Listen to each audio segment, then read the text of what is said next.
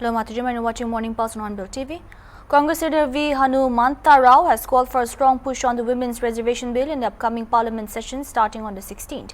He stated that the Congress Working Committee will also hold a crucial meeting to deliberate on key issues. Rao emphasized that concerns related to the OBC community must be taken up during these discussions. APP to the party leadership, he urged Mallikarjun Kharge, applying to the party leadership, he urged Mallikarjun Kharge and Rahul Gandhi to take a firm stand and actively fight for these issues in Parliament. It was called by the Narendra Modi government. Parliament session 16th onwards, it will be there. They are taking the Mahila bill. In this Mahila bill, CWC also conducted the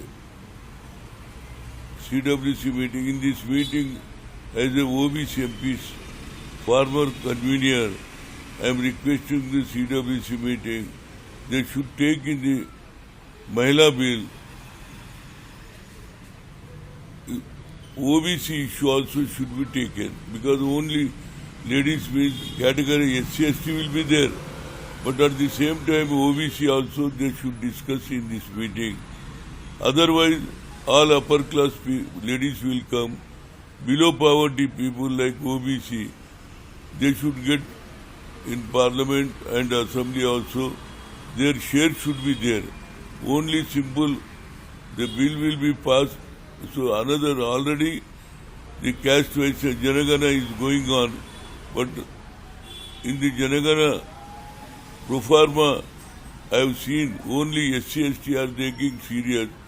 They are not put a single word about OBC. So that's why my request to Honorable Congress President and Rahul Gandhi, in this CWC meeting, to fight in Parliament.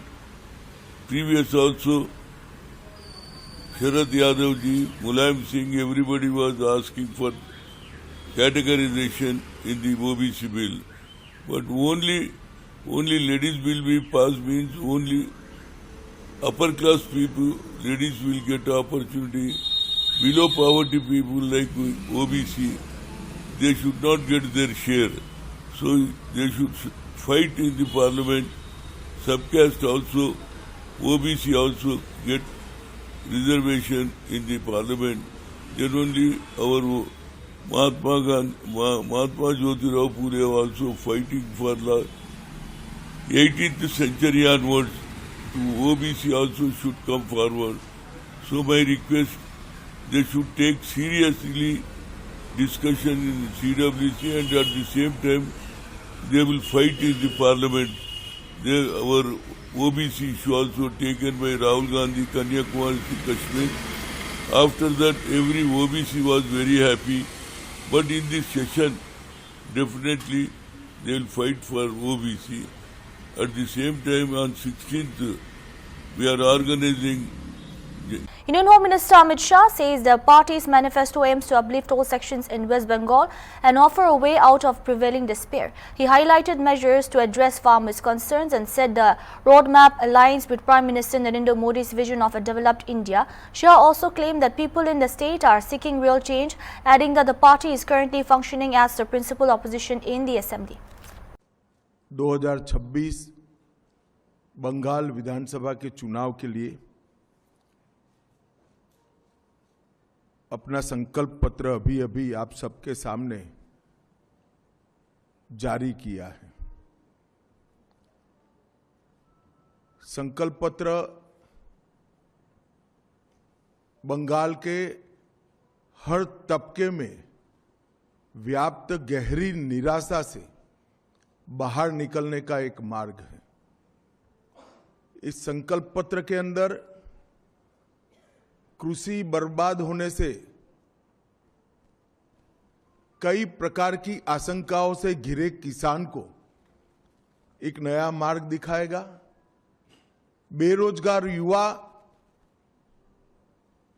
और भय से त्रस्त महिलाओं को भी एक नया मार्ग दिखाएगा। बंगाल की संस्कृति के हाथ से चिंतित बंगाल संस्कृति के गौरव की अनुभूति करने वाले हर नागरिक को एक नई आशा और नया भरोसा देगा और नरेंद्र मोदी जी के विकसित भारत की जो कल्पना है उसमें विकसित भारत का रोड मैप भी ये संकल्प पत्र बंगाल की जनता के सामने रखेगा।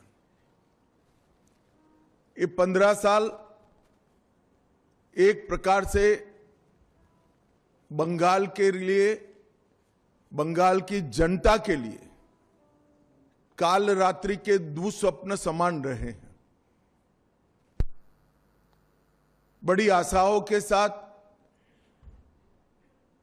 कम्युनिस्ट शासन से मुक्ति पाने के लिए बंगाल की जनता ने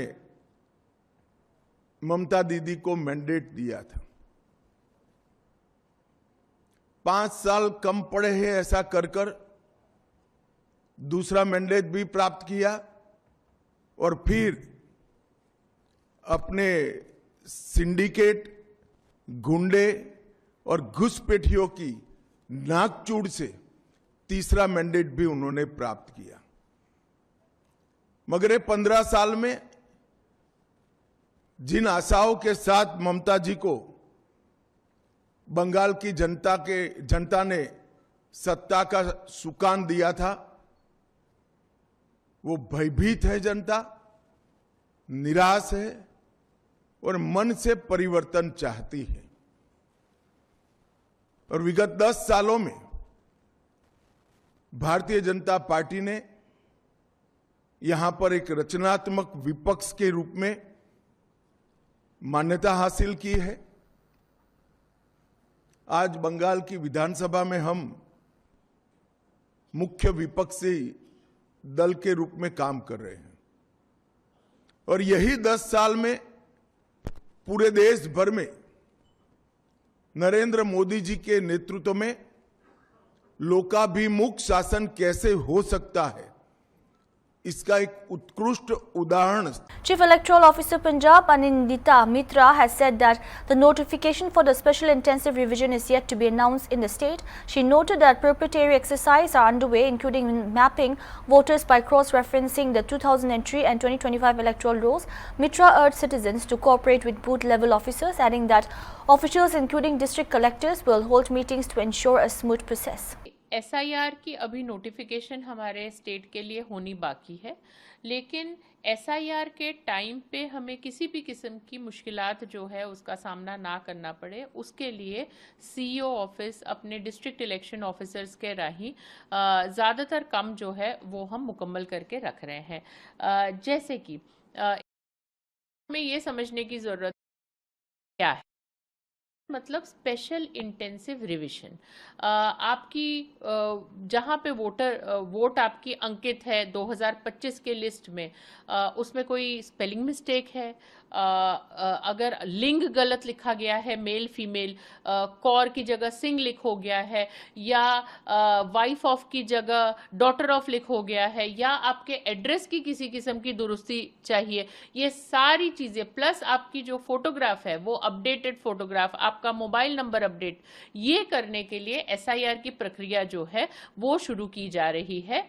जैसे ही उसकी नोटिफिकेशन जो है वो होती है, उसके पहले हम ये कर रहे हैं अपनी तरफ से, जिसे आप एक तरह से होमवर्क कह सकते हैं या टेबल टॉप एक्सरसाइज कह सकते हैं, कि 2003 जिस वर्ष में पंजाब सूबे में पिछली बार SIR हुआ था, वैसे मैं आपकी जानकारी के लिए बता दूं कि देश के अलग अलग सूबों में 2002 से लेके 2004 तक SIR हुई थी, पंजाब सूबे में 2003 में हुई थी। तो इस वक्त जो प्री मैपिंग की टेबल टॉप एक्सरसाइज की जा रही है वो ये है कि 2003 की वोटर सूची को रख के 2025 की वोटर सूची में आज जो लोग अंकित है उनका खुद का नाम या उनके फादर साहब का नाम या उनके दादाजी का या पारिवारिक मेंबर्स का नाम लोकेट किया जा रहा है, ना केवल पंजाब में या बल्कि in any part of the country. तो या तो आपका परिवार 2003 में या 2002 और 4 के बीच में पूरे इंडिया में कहीं पे तो होंगे। तो उस चीज की मैपिंग जो है इस वक्त की जा रही है। आपको जान के खुशी होगी कि पंजाब के 2 करोड़ 14 लाख वोटर्स में से 78% वोटर्स की खुद की या उनके प्रोजेनी के साथ मैपिंग जो है वो मुकम्मल कर ली गई है। इसके साथ ही मैम BLOs की बात की जाए तो अभी हाल ही में कई अदर स्टेट्स में भी ये देखने को मिला कि इतना प्रेशर BLO पे हो रहा है कि वो सुसाइड करने पे मजबूर हो रहे हैं। तो उस चीज वैसी सिचुएशन पंजाब में ना आए उसके लिए क्या कुछ प्लानिंग है? देखिए, इसके लिए सबसे ज़रूरी ये है, 2 चीज़ें ज़रूरी है। पहली चीज़, हमारे वोटर ये समझें कि आपने BLO के साथ कोऑपरेट करना है। BLO को शिनाख्ती कार्ड जो है सरकार की तरफ से, इलेक्शन डिपार्टमेंट की तरफ से दिया गया है, तो आप चाहें तो आप शिनाख्ती कार्ड को चेक करें, लेकिन उनके साथ आप कोऑपरेट करें। अगर आपको किसी भी किस्म की शंका है, ECI के वेबसाइट पे, CO के वेबसाइट पे सारे BLO के नाम अपडेट करके उनके मोबाइल नंबर के साथ अपडेट कर दिए गए हैं।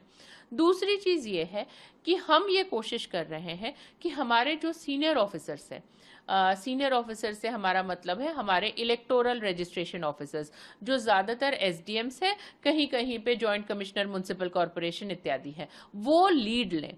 वो अकेले BLO जिसकी प्रोग्रेस कम है उससे खुद बात करें और बात करके उनके प्रॉब्लम को समझे।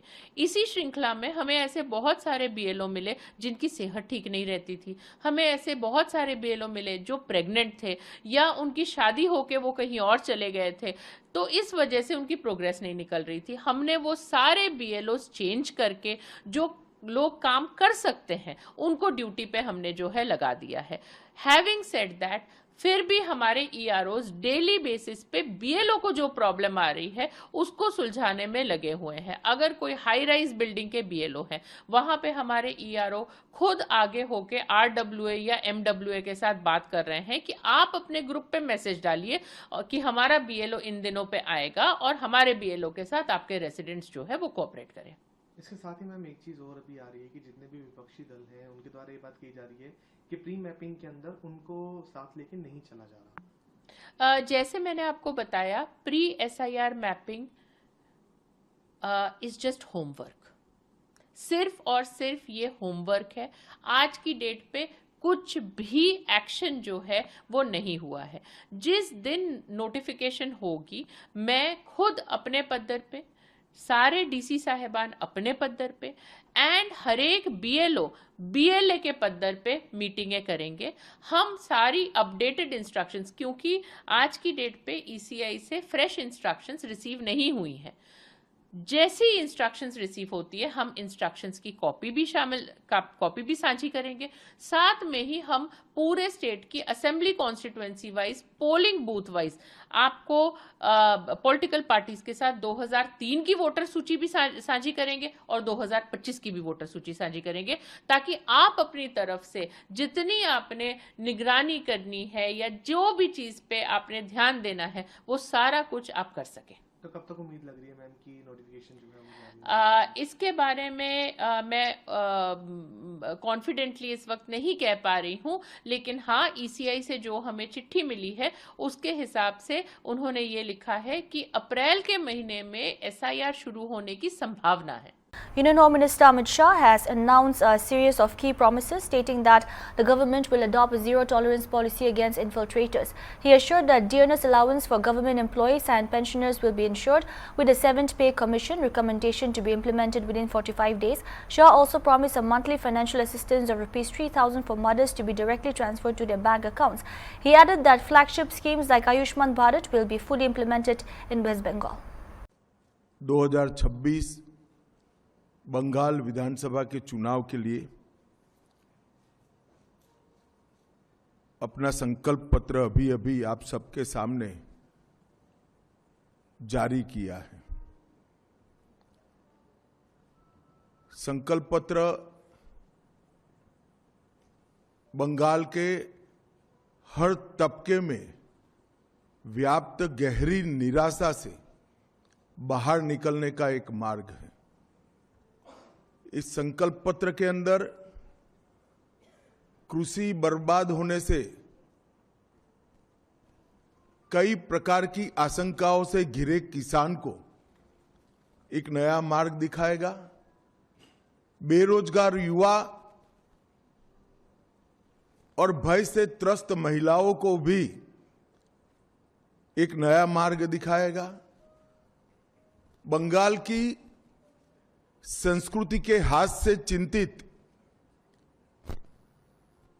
बंगाल संस्कृति के गौरव की अनुभूति करने वाले हर नागरिक को एक नई आशा और नया भरोसा देगा। और नरेंद्र मोदी जी के विकसित भारत की जो कल्पना है, उसमें विकसित भारत का रोड मैप भी ये संकल्प पत्र बंगाल की जनता के सामने रखेगा। ये 15 साल एक प्रकार से बंगाल के लिए, बंगाल की जनता के लिए काल रात्रि के दुस्वप्न समान रहे हैं। बड़ी आशाओं के साथ कम्युनिस्ट शासन से मुक्ति पाने के लिए बंगाल की जनता ने ममता दीदी को मैंडेट दिया था।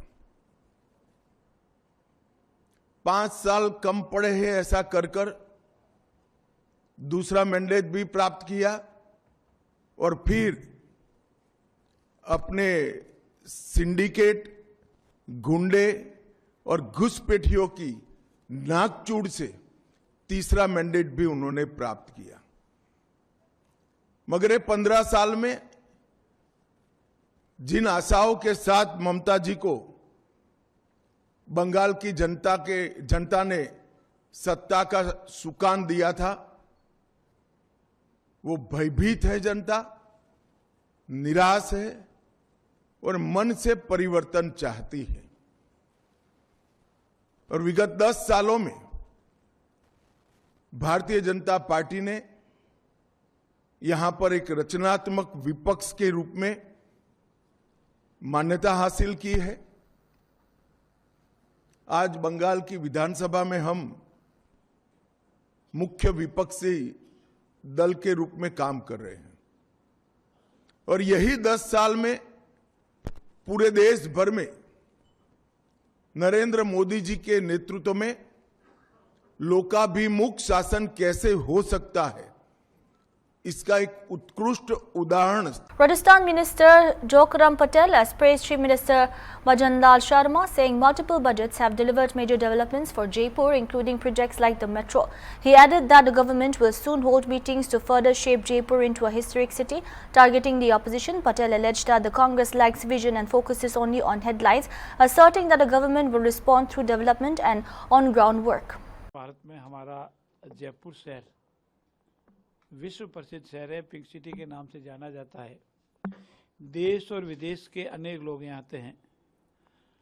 जयपुर जिले में हमारे भाजपा परिवार के 16 विधायक या विधायक प्रत्याशी है, जो हम सब अपने आप को, चूँकि जो हमारे निर्वाचित विधायक है, पर हमारे लिए, संगठन के लिए, हमारे लिए जो हमारे प्रत्याशी है, किसी न किसी कारण से विधानसभा में नहीं आ सके, लेकिन हमारे लिए वही विधायक है। हम जयपुर में जितनी हमारे 3 बजट आए और यशस्वी मुख्यमंत्री भजन लाल जी ने जो जयपुर शहर को सौगातें दी है और मेट्रो जैसा एक बहुत बड़ा ऐतिहासिक कार्य किया है। जयपुर को ट्रैफिक से, जाम से कैसे मुक्ति मिले, आने वाले पर्यटकों को कैसे सहायता मिले, पेयजल की सुविधा कैसे हो, ड्रेनेज सिस्टम ठीक कैसे हो और जयपुर हमारा ऐतिहासिक नगरी बने, इस सब को हम आपस में बैठकर विचार विमर्श करेंगे। चाहे संगठनात्मक दृष्टि से हो, राजनीतिक दृष्टि से हो या प्रशासनिक दृष्टि से हो, इस सब का दिन पर बैठ करके हम विचार विमर्श करके जो बात सरकार को तक पहुंचाने का है वो सरकार को पहुंचाएंगे, जो बात संगठन को पहुंचानी है वो संगठन को पहुंचाएंगे। इसी बात की हमारी औपचारिक बैठक है और ये भाजपा का जो हमारा जयपुर का परिवार है उसकी बैठक है। किस तरह से चर्चाएं होंगी, जो पेंडिंग काम है, बजट अनाउंसमेंट है, उसको लेकर किस तरह की उससे लेकर सब होगी। जो हमारे बजट अनाउंसमेंट है, हम आपस में बैठ कर देखें कि किसकी विधानसभा कौन से बजट अनाउंस हुए हैं, उसकी क्रियान्विति कहाँ तक पहुँच गई है, अगर किसी कारण से कोई बाकी रह गई तो क्यों शेष रह गई है, इस सब का भी मंथन करेंगे। बजट अनाउंसमेंट, सरकार की घोषणाएं, सरकार का कार्य, जनता में जो उनको फीडबैक मिलता है वो, और हमारा जयपुर ग्रीन और स्वच्छ बने और राजस्थान में और हिंदुस्तान में प्रथम स्थान पर आवे, ऐसा हम सब मिलकर प्रयास करेंगे। और हमारे यशस्वी मुख्यमंत्री जी का जो सपना है, हमारे आदरणीय नरेंद्र मोदी जी का जो सपना है, उस सपने पे हमारा राजस्थान में जयपुर और हिंदुस्तान में जयपुर शहर प्रथम स्थान पर आवे, ये सब मिलकर हम प्रयास करेंगे और इसी बात की हम आपस में बैठकर चर्चा करेंगे। प्रशांत बिल और ये जो डिस्टर्ब एरिया वाला मामला, धर्म परिवर्तन को लेकर भी चर्चा कर रहे हैं, आज आते हैं इस पे भी चर्चा होगी। हमारे साथीगण हैं वो फील्ड में रात और दिन रहते हैं, इनके पास सभी तरह की सूचनाएं आती है और वो हम आपस में शेयर करेंगे। और हमारे जो ये 2 ऐतिहासिक बिल आए हैं, इसके अलावा भी हमारे बिल आए, चाहे कोचिंग बिल हो, चाहे पानी वाला इरिगेशन वाला हो, उन सब पे भी 37 बिल इस विधानसभा में आए हैं। आज तक के राजस्थान के इतिहास में इतने ऐतिहासिक बिल कभी नहीं आए। तो 37 बिल हमारे राजस्थान विधानसभा में आए हैं जो हमारे साथी राजस्थान विधानसभा में नहीं है, उनसे भी इस बारे में हम चर्चा करेंगे। और हम सब मिलकर के हमारा राजस्थान में जयपुर शहर ऐतिहासिक महत्वपूर्ण विकसित शहर बने और जो कोई भी मोदी जी का आंकलन हो उसमें प्रथम स्थान पर आवे, इस सब के लिए हम पूरा प्रयास करेंगे। ये कांग्रेस जो नेगेटिव पब्लिसिटी करती है आपके खिलाफ, नकारात्मक अभियान चलाती है, उसका भी जवाब देने की तैयारी कर रहे हैं आप लोग बैठ कर? कांग्रेस के पास न विजन है न काम है, अंदरूनी खींचतान के कारण वो सिर्फ सुर्खियों में रहना चाहते हैं। उनके कार्यकाल में कुर्सी बचाने के अलावा और कुछ भी नहीं हुआ और हमारे इस कार्यकाल में 2 साल में ही ऐतिहासिक कार्य जयपुर में हुए हैं, चाहे ओवरब्रिज का हो, अंडरब्रिज का हो, रोड का हो, ये मेट्रो का हो, जिसकी वो कल्पना भी नहीं कर सकते, उससे काम हुए हैं। इसलिए कांग्रेस का जो कुछ भी नेगेटिविटी फैलाई जा रही है उसका मुकाबला हम काम से देंगे, विकास से देंगे और जनता उनको धीरे धीरे ओझिल कर रही है और कांग्रेस धीरे धीरे अदृश्य हो जाएगी। कांग्रेस अब कहीं भी नहीं टिकेगी। धन्यवाद। That's all we have for now. Keep watching Hornbill TV.